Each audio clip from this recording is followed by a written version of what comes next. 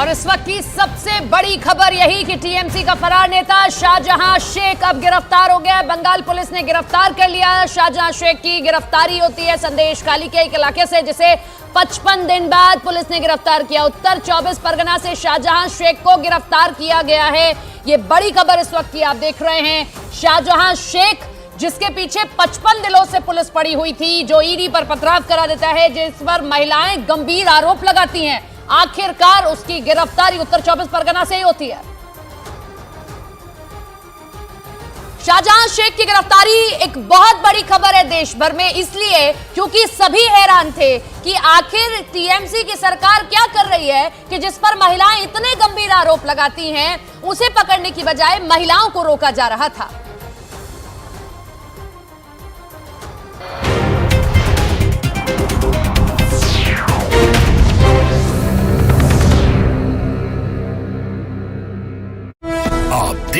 और इस वीडियो के जरिए ये साबित करने की कोशिश की कि राज्यसभा चुनाव में जीतने वाले कांग्रेस प्रत्याशी नासिर हुसैन के समर्थकों ने पाकिस्तान के समर्थन में नारेबाजी की।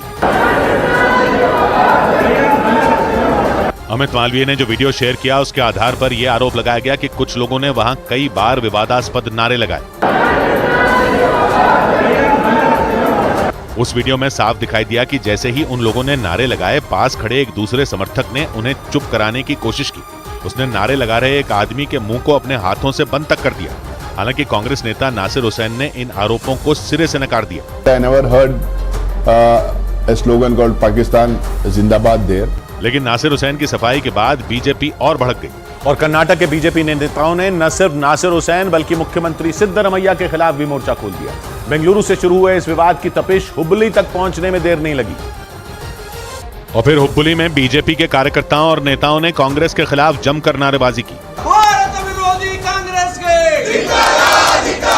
बीजेपी कार्यकर्ताओं ने नासिर हुसैन और उनके समर्थकों पर कार्रवाई की मांग करते हुए जमकर हंगामा भी किया। Thorough inquiry has to be done regarding Nasir Hussain and his followers, and a proper justice has to be given to Indians. इस मामले में बीजेपी ने राज्य के मुख्यमंत्री सिद्धरमैया को भी घेर लिया। जब इस मामले ने तूल पकड़ा तो सिद्धरमैया ने भी ये साफ कर दिया कि उस वीडियो में लगाए जा रहे नारों की जांच के लिए वो वीडियो एफएसएल की टीम को सौंपा जाएगा। Somebody has made a slogan that Pakistan Zindabad. Such person will be punished seriously. आरोप लगाया गया कि पाकिस्तान के समर्थन में ये नारे कांग्रेस के नासिर हुसैन की जीत के बाद लगे। एक दिन पहले कर्नाटक में राज्यसभा की सीटों के लिए चुनाव हुए। इन चुनाव में सत्ता में बैठी कांग्रेस ने 3 सीटें जीती। इसके अलावा बीजेपी के हिस्से में एक ही सीट आई और एक सीट जेडीएस के खाते में गई। कांग्रेस की तरफ से इन 3 सीटों पर जीत दर्ज करने वाले नेताओं में नासिर हुसैन भी शामिल रहे और बीजेपी का आरोप है कि उनके जीतने के बाद उनके साथ आए कार्यकर्ताओं ने पाकिस्तान के समर्थन में नारे लगाए। इधर